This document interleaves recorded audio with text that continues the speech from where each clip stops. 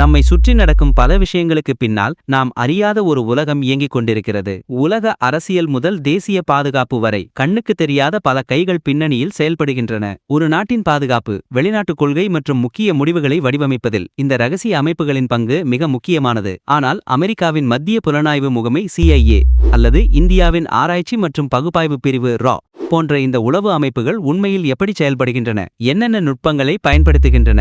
உளவுத்துறையின் வரலாறு மனித நாகரிகத்தின் துவக்கத்திலிருந்தே நீள்கிறது. பண்டைய எகிப்திய, ரோமானிய, கிரேக்க மற்றும் சீன பேரரசுகள் எதிரிகளின் நகர்வுகளை கண்காணிக்கவும் உள்நாட்டு சதிகளிலிருந்து தங்களை பாதுகாக்கவும் ஒற்றர்களை பயன்படுத்தியதாக வரலாற்று பதிவுகள் காட்டுகின்றன. கிமு 5ஆம் நூற்றாண்டில் வாழ்ந்த சீன இராணுவ மூலோபாய நிபுணர் சன் சூ தனது போர்க்கலை நூலில் போரில் உளவுத்துறையின் முக்கியத்துவத்தை வலியுறுத்தியுள்ளார். நவீன உளவு அமைப்புகளின் வளர்ச்சி 19ஆம் நூற்றாண்டின் பிற்பகுதியிலும் 20ஆம் நூற்றாண்டின் முற்பகுதியிலும், குறிப்பாக முதல் மற்றும் இரண்டாம் உலகப் போர்களின் போது துரிதமடைந்தது. இந்த உலகப் போர்கள் சிக்னல் உளவு, குறியீடுகளை உடைத்தல் மற்றும் ஒருங்கிணைந்த புலனாய்வு பிரிவுகளின் அவசியத்தை உணர்த்தின. பனிப்போர் காலகட்டம் அமெரிக்கா, சோவியத் யூனியன் போன்ற வல்லரசுகளுக்கு இடையே தீவிரமான உளவு போட்டிக்கு வழிவகுத்தது. இதன் விளைவாக உளவு அமைப்புகள் தங்கள் திறன்களையும் செயல்பாடுகளையும் கணிசமாக மேம்படுத்திக் கொண்டன. இந்த உளவு அமைப்புகளின் முதன்மை நோக்கம் தேசிய நலன்களை பாதுகாப்பதும் வெளிநாட்டு அச்சுறுத்தல்களை முன்கூட்டியே கண்டறிவதும் உள்நாட்டு பாதுகாப்பிற்கு தேவையான தகவல்களை சேகரிப்பதும் ஆகும். இந்த ரகசிய ஏஜென்சிகள் பல்வேறு வழிகளில் தகவல்களை திரட்டுகின்றன.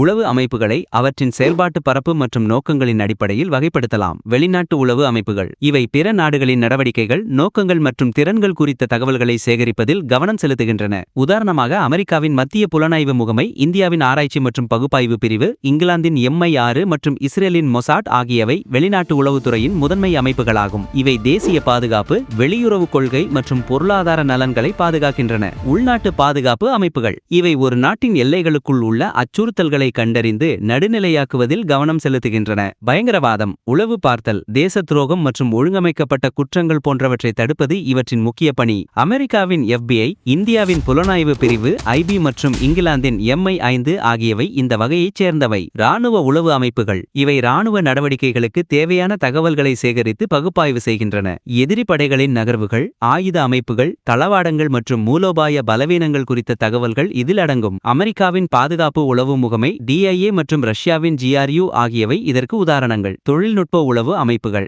இவை சிக்னல் உளவு, SIGINT, சைபர் உளவு மற்றும் குறியீடுகளை உடைப்பதில் நிபுணத்துவம் பெற்றவை. அமெரிக்காவின் தேசிய பாதுகாப்பு முகமை NSA மற்றும் இங்கிலாந்தின் GCHQ ஆகியவை இந்த துறையில் உலக அளவில் முன்னணியில் உள்ளன. இந்த ரகசிய ஏஜென்சிகள் தகவல்களை திரட்ட பயன்படுத்தும் நுட்பங்களை மேலும் விரிவாக காணலாம். மனித உளவு HUMINT இது மிகவும் பழமையான மற்றும் அடிப்படை முறையாகும். உளவுத்துறையைச் சேர்ந்தவர்கள் கேஸ் ஆபீசர்ஸ் அல்லது அவர்களால் நியமிக்கப்பட்ட முகவர்கள் ஆசெட்ஸ் நேரடியாக களத்தில் இறங்கி மனிதர்களுடன் தொடர்பு கொண்டு தகவல்களை சேகரிப்பார்கள். ஒரு நாட்டின் அரசியல், பொருளாதாரம், இராணுவம் மற்றும் சமூக நிலைமை பற்றிய முக்கியமான விவரங்களை இந்த முகவர்கள் சேகரித்து அனுப்புவார்கள். முகவர்களை தேர்வு செய்தல், பயிற்சி அளித்தல் மற்றும் அவர்களை பாதுகாத்தல் ஆகியவை இந்த உளவுத்துறையின் சிக்கலான அம்சங்களாகும். தகவல்களின் நம்பகத்தன்மை முகவரின் அணுகல் மற்றும் நம்பகத்தன்மையை பொறுத்தது. சிக்னல் உளவு SIGINT இது நவீன தொழில்நுட்பத்தை பயன்படுத்தி தகவல்களை சேகரிக்கும் முறை. எதிரி நாடுகளின் தகவல் தொடர்புகள், ரேடியோ சிக்னல்கள், மின்னஞ்சல்கள், தொலைபேசி உரையாடல்கள் மற்றும் பிற மின்னணு பரிமாற்றங்களை இடைமறித்து பகுப்பாய்வு செய்து தகவல்களை பெறுவது இதில் அடங்கும். செயற்கைக்கோள்கள், அதிநவீன ஒட்டுக்கேட்பு கருவிகள்,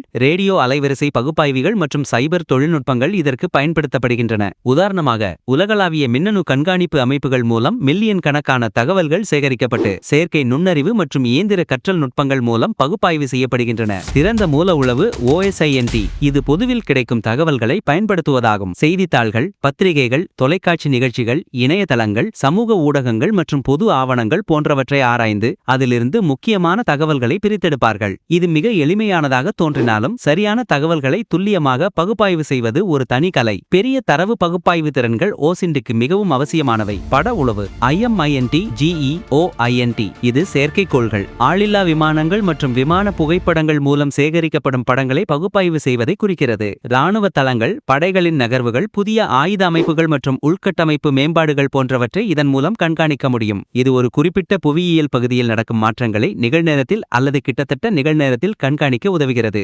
அளவீடு மற்றும் கையொப்ப உளவு MASINT இது சிறப்பு சென்சார்கள் மூலம் சேகரிக்கப்படும் தரவுகளை பகுப்பாய்வு செய்வதாகும். ரேடார் ஒளியியல், ஒலி, நில அதிர்வு, அணுசக்தி, இரசாயன மற்றும் உயிரியல் கையொப்பங்கள் போன்றவற்றை ஆய்வு செய்து ஒரு குறிப்பிட்ட இலக்கின் தன்மை, அதன் திறன்கள் மற்றும் செயல்பாட்டு முறைகளை அடையாளம் காண இது உதவுகிறது. உதாரணமாக, ஒரு புதிய ஏவுகணையின் என்ஜின் கையொப்பத்தை பகுப்பாய்வு செய்வதன் மூலம் அதன் வகையையும் திறனையும் அறியலாம். ஆனால் இங்கே ஒரு முக்கியமான கேள்வி எழுகிறது. இந்த ரகசிய ஏஜென்சிகள் சேகரிக்கும் இவ்வளவு தகவல்களை ஒரு நாட்டின் அரசு எப்படி நம்பி முடிவுகளை எடுக்கிறது? இதற்கு உளவுச் சுழற்சி என்ற ஒரு கட்டமைக்கப்பட்ட செயல்முறை உள்ளது. திட்டமிடல் மற்றும் இயக்கம். இது கொள்கை வகுப்பாளர்களால் உளவு தேவைகளை அடையாளம் காண்பதிலிருந்து தொடங்குகிறது. சேகரிப்பு. மேலே குறிப்பிட்ட பல்வேறு முறைகள் மூலம் மூலத்தரவுகளை சேகரித்தல், செயலாக்கம் மற்றும் சுரண்டல். சேகரிக்கப்பட்ட மூலத்தரவுகளை புரிந்து கொள்ளக்கூடிய வடிவத்திற்கு மாற்றுதல். உதாரணமாக, குறியீடுகளை உடைத்தல், மொழிபெயர்ப்பு, படங்களை விளக்குதல். பகுப்பாய்வு மற்றும் தயாரிப்பு. செயலாக்கப்பட்ட தகவல்களை மதிப்பீடு செய்தல், நம்பகத்தன்மையை சரிபார்த்தல், முடிவுகளை எடுத்தல் மற்றும் உளவு அறிக்கைகளை தயாரித்தல். தயாரிக்கப்பட்ட உளவு அறிக்கைகளை உரிய கொள்கை வகுப்பாளர்களுக்கும் முடிவெடுப்பவர்களுக்கும் வழங்குதல். கொள்கை வகுப்பாளர்களிடமிருந்து பெறப்படும் கருத்துகள் எதிர்கால